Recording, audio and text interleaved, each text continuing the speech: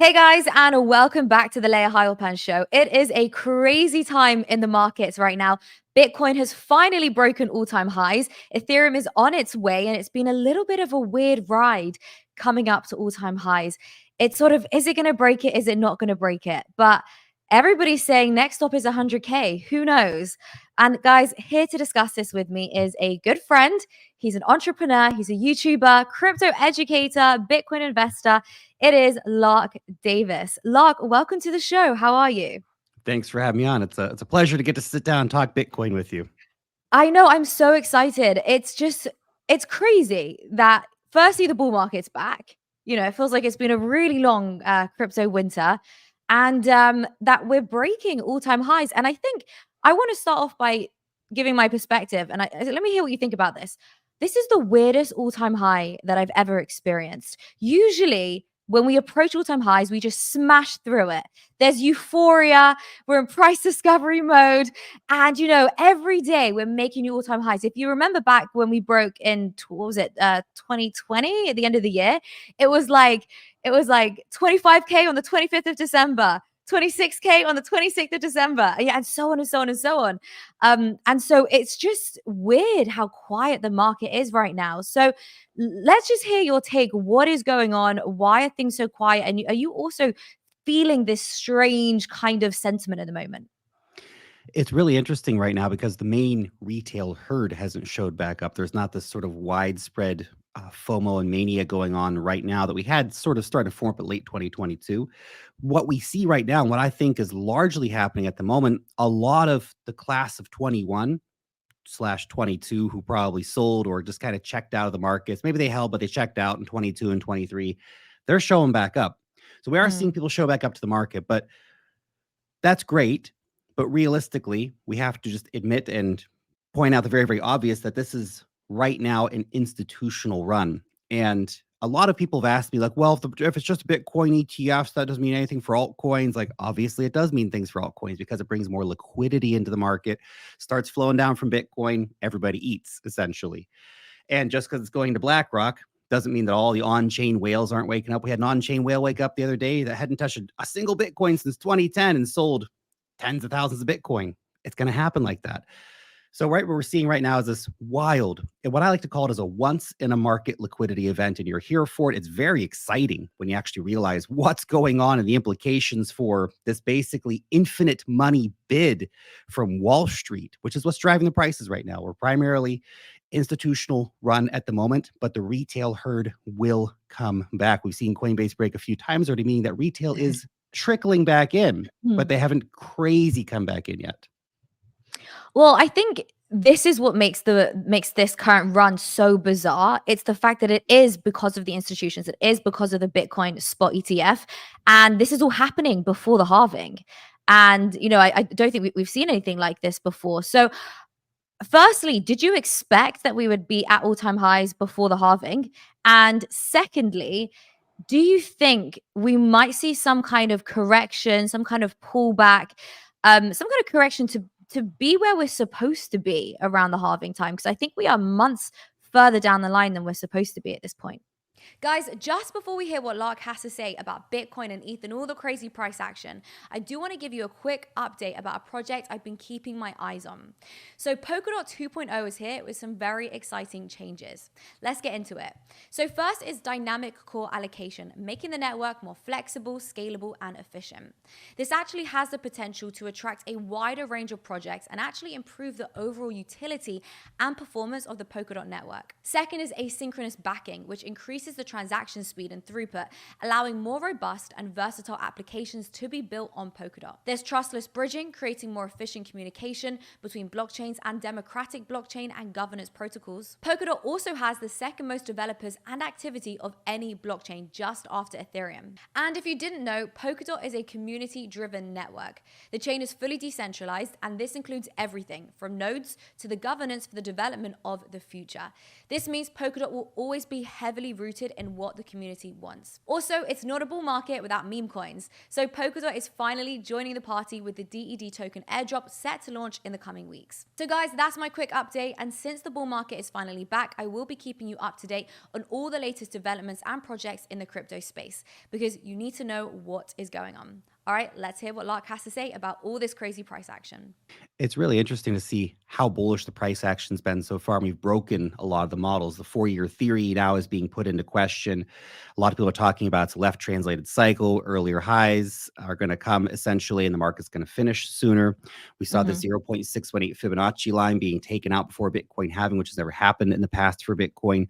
So in a lot of ways, we are in a new era for Bitcoin, but in a lot of ways, it's still a lot of the same because every major market cycle has to have a spark.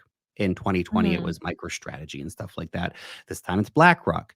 And so people always ask, well, how can we go higher? It doesn't make any sense. More money coming in makes the prices go higher, essentially. Now we have the biggest money coming in the world, and this will make this one of the craziest bull market cycles in the world. So it's very interesting to see how the market structure is being currently challenged. But does that actually mean that the market cycle is going to finish sooner? I think it remains to be seen. We have basically 3 theories right now, and you can decide where you fall on any of those. The first is it's a quicker cycle. It's a left translated cycle. So we're going to get a top maybe in late 2024. The second is it's a standard 4-year cycle. We're going to get a top in late 2025. And the other is a super cycle, and we're going into 26, 27. No. And every one of these theories is equally dangerous to the casual investor. I got to keep that in mind for everybody because you will be convinced of one or the other, and only one of them is going to end up being right. The other 2 will be wrong. So you have to remain a bit flexible here because these are crypto markets. They're volatile. They're crazy. You can lose all your money, right, in a very, very short amount of time. And so in terms of pullbacks, what's been so strange about this run so far is basically this continual bid from Wall Street bringing billions of dollars in. And it has gone faster than I anticipated it. Now, I was definitely in the camp of like, who the hell's fading a Bitcoin ETF? Do you have any idea how bullish this is? I thought the money would take a little bit longer to trickle in, but what we saw just last week, we saw $2.2 billion last week. Wall Street bought about 6 times what Bitcoin miners produced in just 1 week. Those numbers, that's just Wall Street. No other purchasers anywhere in the world. That's highly unsustainable at current price levels. So price has to go up, or massive supply has to unlock from people who've been holding for a long time. Something's got to give here at some point. And even put it in relation to stuff like, the Mt. Gox Bitcoin or the Silk, that's inconsequential amounts. We need millions of Bitcoin to start moving on chain to really drag us down and pull the price down. So that's one thing. Maybe at least hundreds of thousands of Bitcoin on chain very, very quickly. So will there be corrections? 100%. And the kind of euphoria that we've seen recently, people making life-changing money on dog coins and all this kind of BS that's going on. Love meme coins, by the way, here for the culture, right? But they're risky. They're risky, right? The truth is we are going to see massive 20 to 30% pullbacks just because Wall Street money's here. The one thing I always tell people about the Bitcoin ETF, like, you guys do understand they can also sell, right? It's not a one-way ticket. It's not a black hole where the money disappears forever. And the volumes are showing that there's massive selling and trading going on every single day. We saw, for example, last week, a $10 billion volume day, but only $700 million of total inflows. So $9.3 billion that was just trading, people moving stuff back and forth, taking profits, all the rest of the stuff. So there will be those massive pullbacks, and to be ready for them. When it happens is a different question. Now that we're hitting price discovery, it may take a little longer, right? So when we get our pullback, where do we pull back to? Do we pump to 90K first and then pull back to 60K or 70K? Hard to say, but there will be pullbacks, and you should anticipate them in the market and have that cash ready to buy dips when it happens, and be brave enough to do it. Right. That's the point. Be brave enough. Because, a lot of people are, that they're afraid to get in. And I don't blame them because we are in price discovery, and, Bitcoin does this thing where it just goes up, and it doesn't really pull back, especially at certain points in the market. It just goes up. It just goes. It just does. Real quick, can I ask you, can you show us your Rolex? You bought this with some profit. Oh, you want to see my right? Rolex? I want to see the Rolex. I love it. I'm so in love. I saw the video. It looks very beautiful. It's a beautiful watch. Look at that. And this is the point. The vast majority of people are terrified to buy or sell, right? Nice watch. That's a nice one. Beautiful, like the Roman numerals. See, guys, when you take some money off the table once in a while, This is what you can do. And I know a lot of people criticize you. How dare you take profits? Most people will never take profits. I'd say 90% of the people who were criticizing you for taking a little bit of money off the table. And it's like, oh, you probably sold every single Bitcoin, everything. What are you guys talking about? You can take money out once in a while. But 90% of the people are never going to take any money off the table, and they're going to get their asses kicked at the end of the bull market. They'll fumble 7-figure gains and go down to 10K again. Yeah, no, I appreciate that. It's funny because I'm a big Bitcoin believer. I'm also big on Ethereum as well. I don't necessarily like Ethereum, but I definitely see the upside. And so I bought during the bear market. Like I bought when Bitcoin was at $16,000. Like I wasn't afraid. I went in at the bottom of the cycle. And so it's so funny to me because of the backlash that I got. It's like I've already like 4x my money since I bought, and like my Rolex was like $11,000-$12,000. Like, you think that's all I have in Bitcoin? Like, I didn't even mean to sound arrogant, but it's like, you think that's all I have? Like, I've been here since like 2016, I 2017. I've been know. buying at the bottom of these cycles. And then of course, the market pulled back after the ETF news. Great entry 20%. price. Yep. That's it. 20% 20% pullback. back. I went back in, so my Rolex is basically free. But I did make a post about it. Saying like, guys, come on. But now I've left it, and people keep saying you're a no coiner, you don't own any Bitcoin. And now I'm just like, I can't. Like, your brains are too small to understand. A lot of people hear what they want to hear on the internet. It's kind of crazy. It's true, but people should take profits. And I think that's where I personally went wrong in the previous bull run. I didn't take enough off the table. I really didn't. Even altcoins, I was still holding. I had altcoins which just pumped like crazy, shit coins. And I didn't take it off the table because people screamed super cycle and it got in my head a little bit. So back to what you were saying about there being 3 options, which is with regards to market structure, either we have a super cycle, a shorter cycle, or we have the 4-year cycle. My personal opinion is super cycle is rubbish. I don't believe in it. I just don't. Nothing goes up forever, and the world is so unpredictable, and geopolitics is so volatile, so that naturally I just don't believe in super cycle. But I definitely see this being a shorter cycle. That to me seems a little bit more plausible.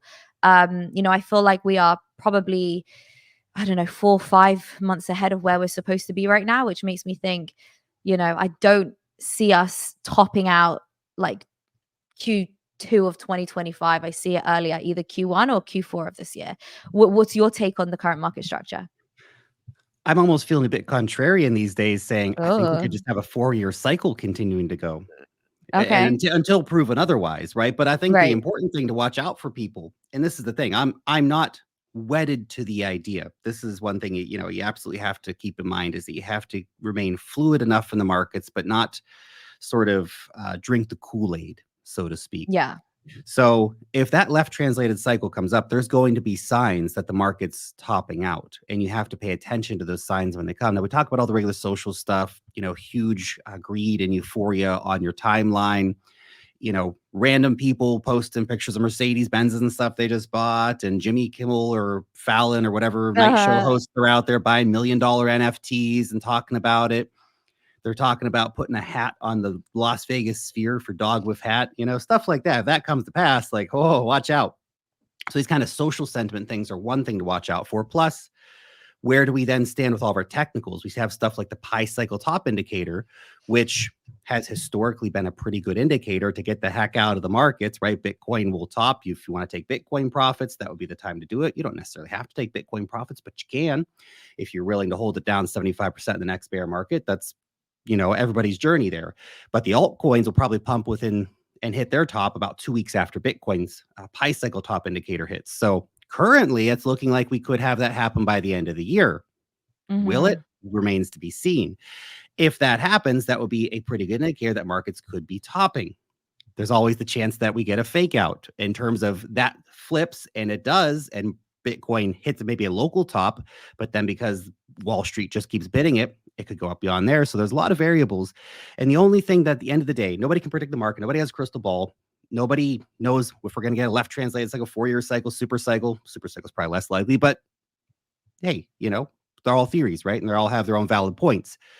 But the only thing that's really going to matter at the end of the day, not whether any of these theories are right, is whether you listening to this are going to click the button and take some damn profits and sell some of your coins. If you have life-changing money on the table, you got to remember to change your life, because a lot of people will look at life-changing money and then watch it go down 99% because they got too greedy. They never take anything off the table. Everybody has this mentality, got to be all in or all out. Why don't you just take 10% out, man? What about 20%? If you cut half that off and it goes up more later, you're good. But you guess what? You just secured your financial future. Like, you got to think like this. Otherwise, you're going to get your ass handed to you in this market. Yeah, I want to get your take on this. There's this sentiment of, hodl forever, super cycle, don't let go of your coins. What are you selling it into? Dirty fiat. There's this whole hodl forever. And I don't agree with it anymore at all. I used to be quite like that, but I don't anymore, because you need to save yourself. I always say you can't fight the system broke. Like, you need to save yourself before you save the rest of the world. Charity starts at home. So my question to you is, the people that spew this narrative, do you think they genuinely believe what they're saying, or do you think they'd like to use everybody as exit liquidity? Because that's kind of that's kind of my opinion. Well, Cynical, I know. Guys, you got to remember, it is player versus player out here. There's no kumbaya. There's no sitting around holding hands. When the time comes to sell, there's no orderly exits in this market. When the time comes to sell, the whales are going to dump on you. Okay, everyone's going to be dumping on you. Like, just deal with it. And if you're not dumping on the next guy, you're probably going to lose. And you might say, well, markets are so terrible. Well, this is markets, man. This is the game. This is the game that we're playing. Okay, you want to sell higher, it means somebody else has to buy higher.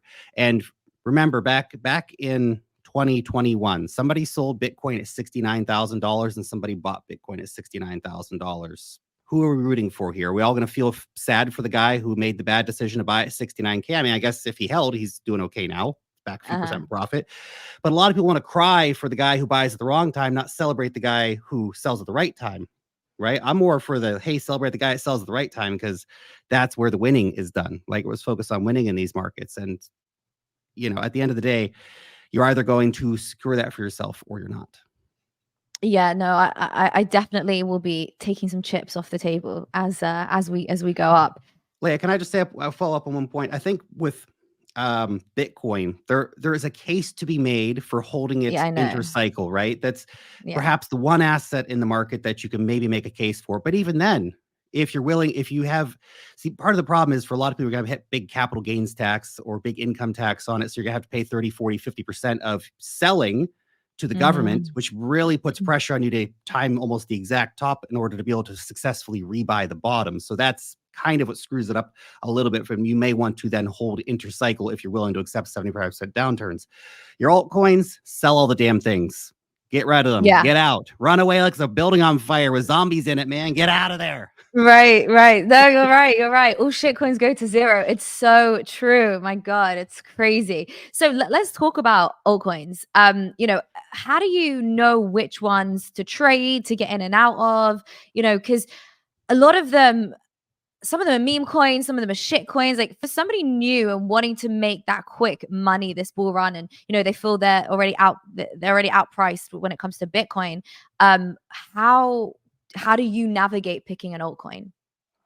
It's a bit of a tricky process. And look, to be honest, if we're going to go up to $6 to $8 trillion total market cap, previous total market cap of all coins was around $3 trillion. Around half of that was Bitcoin. Now, if we go up to $6 trillion, it's not even that crazy of a total market cap for all crypto coins. Basically, everything's going to pump like crazy. All the coins are going to go up. Right. Some are going to go up more than others. That's the only real difference here. If we get up to 10 trillion, which I feel is a dangerous number, because we hear a lot of people, it's going to $10 trillion a cycle, and people are going to wait for $10 trillion market cap, and it's not going to come, and you're going to 99% minus 99% your bags. Okay, so be careful about that. Let's say we do it, though. Let's say we get to 10 trillion or 9.7 or something like that. Everything's going to go up. This is what you need to understand, is that it doesn't really matter what you buy at that point. The question is, are they going to go up more or less? Now, finding good ones, that's a tricky part, because there are going to be some narratives that I think definitely run harder than other narratives. For example, we're seeing lots of hype around gaming coins, but the vast majority of them are crap, and are not going to do that much. But when the time comes, they're all going to pump. AI coins, right? AI is a massive trend, and AI is going to disrupt so much of everything happening in our lives, and it's really, really big. Some of the crypto coins are tapping into that in a genuine way. A lot of them are just tapping into the hype. Regardless of which one you buy, they're both going to go down 99% in the bear market. So, take your pick, I guess, but just Right. understand, just try to, I think one of the things is when you look for coins that are going to outperform versus the market, because if everything's going to go up, then okay, you want to find outperformance essentially. Look around for those sort of crazy communities, right? The cult Mm. like communities. You see this around like BitTensor right now. Huge, very, very strong community around this particular AI coin. It's already had big run ups. And that's the kind of coin that will probably have more run ups because you get a lot of people who are less likely to sell soon. Remember, they will all dump on you at some point, right? They're not some of those guys are going to hold intercycle, but most of them are going to dump on you, but much, much higher because they know it's going to go much, much higher. So, in terms of finding a great altcoin, I mean, just throw a dart at a board, essentially. Good luck. Especially when it comes to like meme coins, I mean, people get out there Right. like, oh, well, what about this? Guys, bleeding edge of technology and meme coin technology right now. You got to understand this. This is the biggest technological innovation I've seen in memes in a long time. They took the dog, they put a hat on the dog, man. We are talking cutting edge stuff here. Amazing, amazing. But that's the thing, people want meme coins. They want shit coins. That's what they want. And I'm seeing it. And it comes back to that old saying is, just because you build it doesn't mean they will come. It's all Mhm. about community and it's all about hype. Nobody cares about utility, to be Nope. honest, because like this is a space full of absolute degens. And not say it's a bad thing, but it is what it It is. is what it is. Yeah. People want to make money fast. The world is collapsing, and no, you make a really good point. I think definitely community and hype is where I personally focus when I'm trying to figure out which coins are going to pump next. So you mentioned AI coins, you mentioned gaming. I'm curious, what do you think the narrative is going to be in this next cycle? There's always something, whether it's like the metaverse, whether it's DeFi, whether it's security token offerings, there's always something. ICOs. So, what do you think it's going to be? Yeah, we'll start there. What do you think it's going to be? It's an interesting cycle because nothing's new under the sun. E Mm, Everything that people are excited about today, I've been talking about since 2017. Everybody thinks everything, "Oh, social fi," and I've been talking about since right. 2017. I started my career posting on Steam blockchain back in the day. Like, Yeah. "Oh, DePIN." Like, "Yeah, we've been doing DePIN since 2017, man." But the difference is jaded old LARK here. The difference is that we're actually getting to a point in the crypto markets where we're starting to see some adoption, where the markets are actually ready for some of this stuff. All that stuff back then, right ideas, wrong time. We might now finally have right ideas, right time. Now, not every use case is going to have equal space in the sun, so to speak. Like real world assets, very bullish when you actually fundamentally understand what's going on, but they probably needed to put dog pictures as their logos in order to do well. Realistically, I make this joke about Chainlink. I've got a big Chainlink bag. It's very important infrastructure for the crypto space. It's like you guys need to rename this damn thing like Dog Link or something. Just put a dog as Uh-huh. a picture, and then people are gonna because Yeah. Or like the dog dog chain, chain. There you go. That's right. Yeah. The essential idea is that the average investor coming in, it's hard for us to go back and put ourselves in the shoes of the first day you learn about crypto, but it's hard. It's a big learning curve. And you go in and you start learning about all this nerdy stuff. And I've seen some decks recently, just like modular, blah, blah, blah. And this, like you guys are such nerds. And I told like, you're such nerds. What is this stuff? Nobody's gonna understand this crap. Like, what are you doing here? Like you need Yeah. to dumb this down like big time and because you have to make ideas accessible to people beyond developers who are like 0.001% of people putting their money in this market. And that's why dog coins are so popular because you come into the market, you kind of have this realization, well, all things are going up, these coins are winning. I don't really understand any of this crap, but I like dogs. Mhm, mhm. So, yeah. So, in terms of narratives that are going to like outperform, I would say narratives that are accessible to the average person, realistically. Mm, Institutional money, they're going into real world assets, stuff like this, great.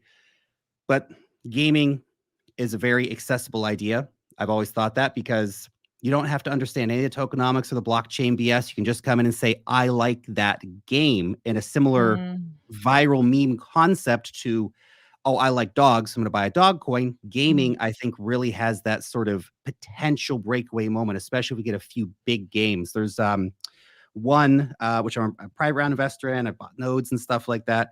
It's called Off the Grid.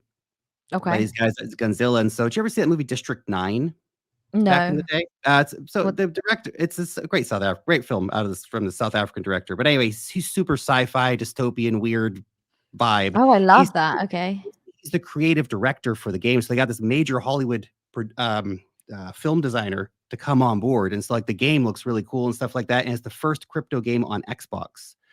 So Oh. like whether look, maybe this one isn't the winner. I think it's got great potential, right? That's why I invested in it, et cetera, et cetera. But like the point I'm trying to make here is that you only need one game to hit mainstream adoption for Mhm. all crypto games to go absolutely crazy. If you get one crypto game that gets 10 million players, that's what's going to make people go mainstream because the crypto gaming space go mainstream. I think we have the potential to do that this cycle. Mm. I agree with you. I really think it's about what's easy for people to access. And that's why, I'm always bullish on Bitcoin, but I don't know. I don't think Bitcoin's so easy for the normal person to get their hands on. When I first came into crypto, I was trying to create an account on Gemini and buy some Bitcoin. And it was so difficult to create an account, and all I could buy was $500. And like, I was trying to go through KYC, and it was just a nightmare trying to KYC. I don't even know why it was so hard. So I just think it's difficult. And then, like you said, with like capital gains tax, like selling, it's hard. So I agree with you. And that's why, I think Solana is going to be huge in this bull run because it's just so easy for the Mhm. normal person to get in and out of. Even Ethereum is really easy for the normal person to get in and out of. So, I think at the end of the day, people always prefer, convenience and accessibility over, safety, security, and decentralization. So with that in mind, then what's your take on Bitcoin ordinals? Because a lot of people are building on Bitcoin, DeFi on Bitcoin, and it's supposed to be the next big thing in this bull run. Are you of that opinion? Are you interested in this at all or not? I've got a few investments across the sort of the ordinal space, but I think overall, it's one of those ideas that's perhaps a little further down the learning curve compared to Mm, aping into stuff on Solana, right? Solana's where all the meme coin degeneracy is going on, and we have lots of great games and stuff launching over there. And of course, the actual user experience is great because you pay like 1 cent in fees. Hey, I made right. a swap. I made a swap on Uniswap on Ethereum yesterday, $120. Yeah, it's insane. It's insane. So, look, Bitcoin ordinals. I think it's going to be a big part of the trend. I think we're seeing a lot of cool stuff happening over there.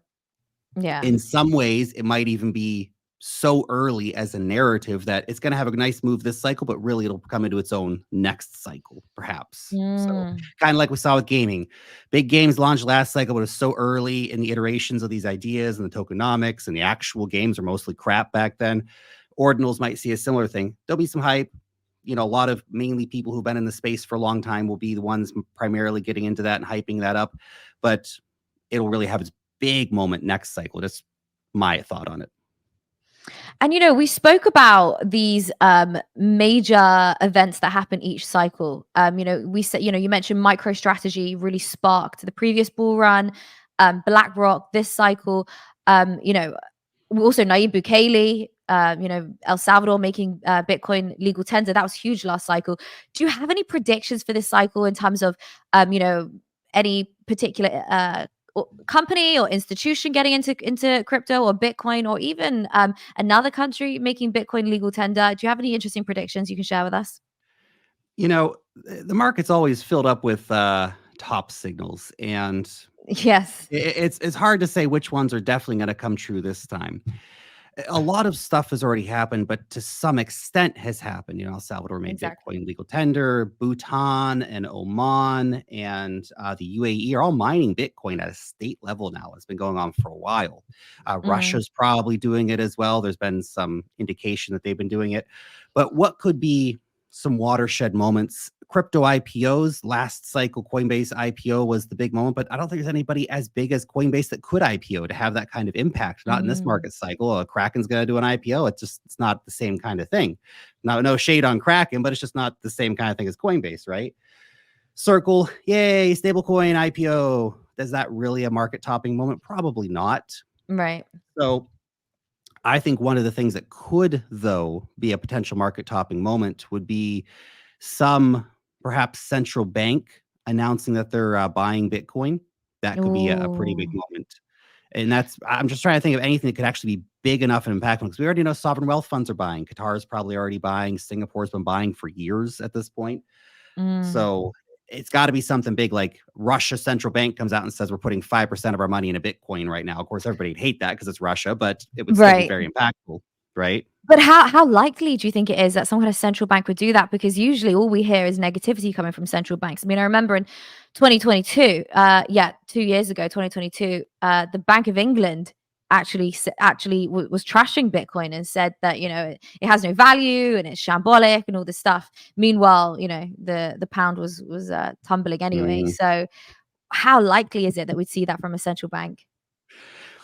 The question becomes which central bank, which makes me think that it's Right. going to be somebody that, audiences in the West are not going to love doing it, but they're going to do it Yeah. anyway.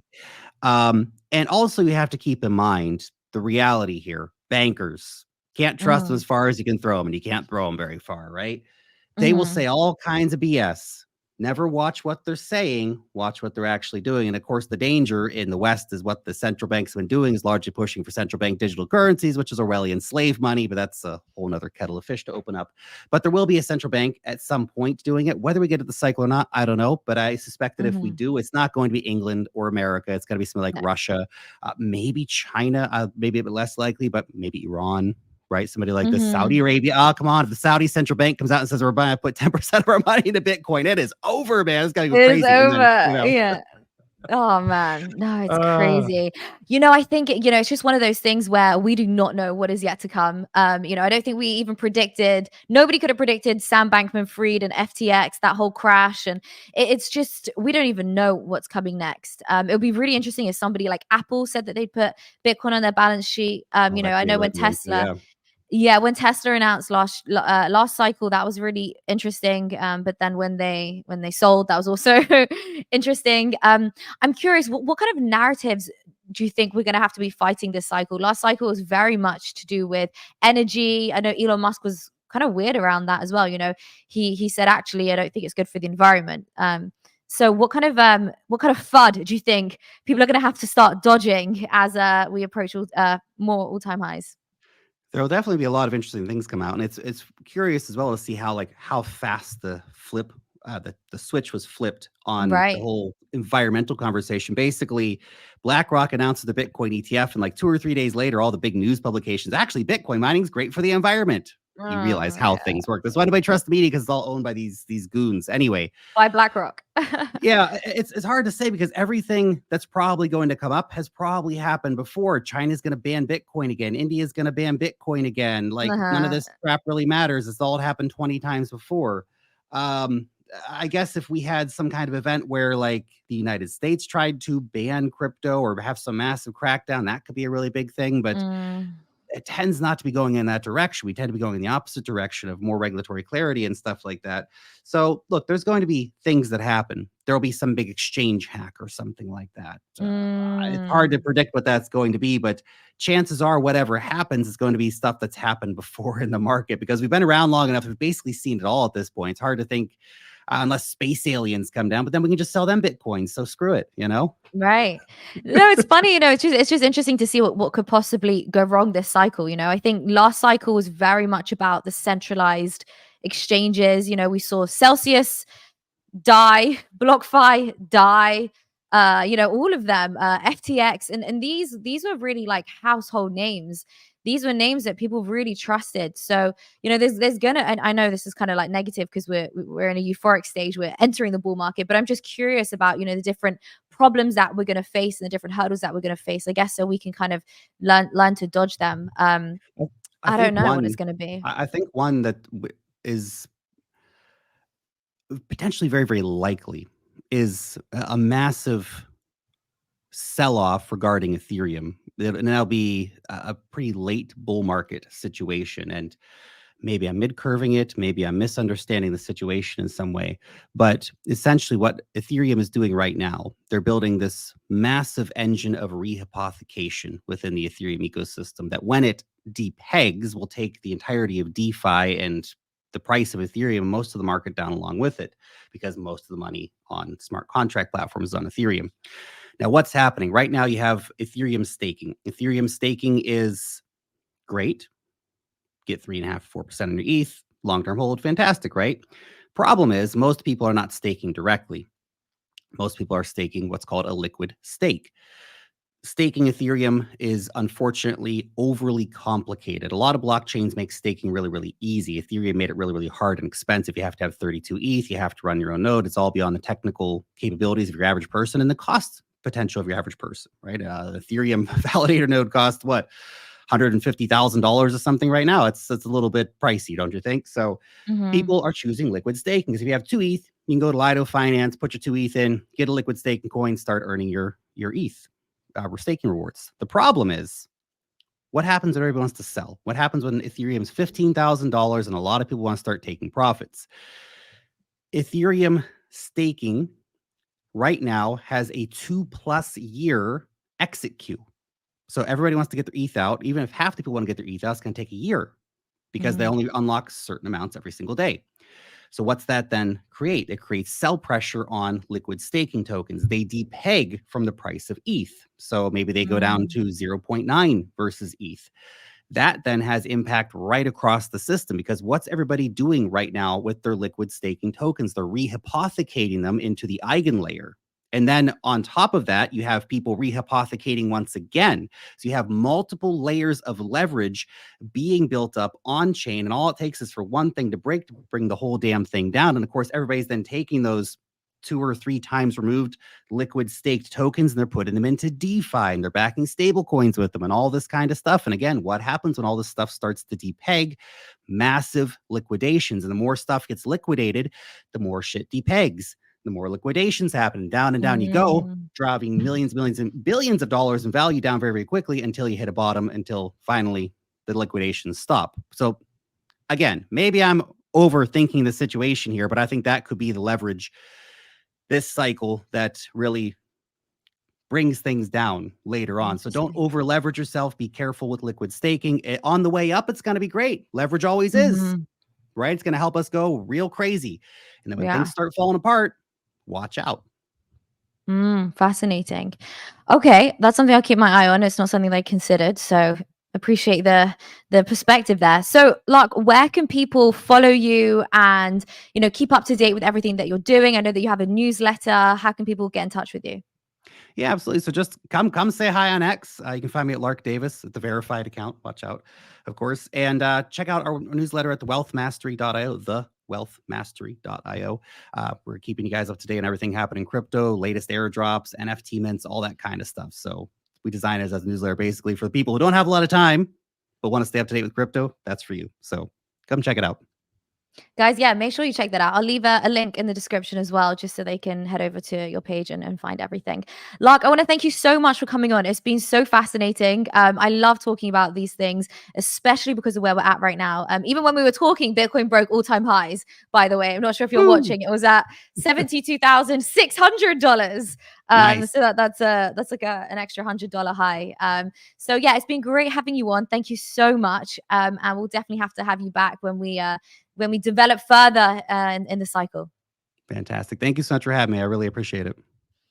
Absolutely. And guys, if you enjoyed this show, then please don't forget to hit the like button and subscribe. We have an incredible bull run coming, and I'm going to be keeping you all up to date and speaking with so many amazing different experts and educators. And we're going to make some money this cycle. So I'll see you all next week.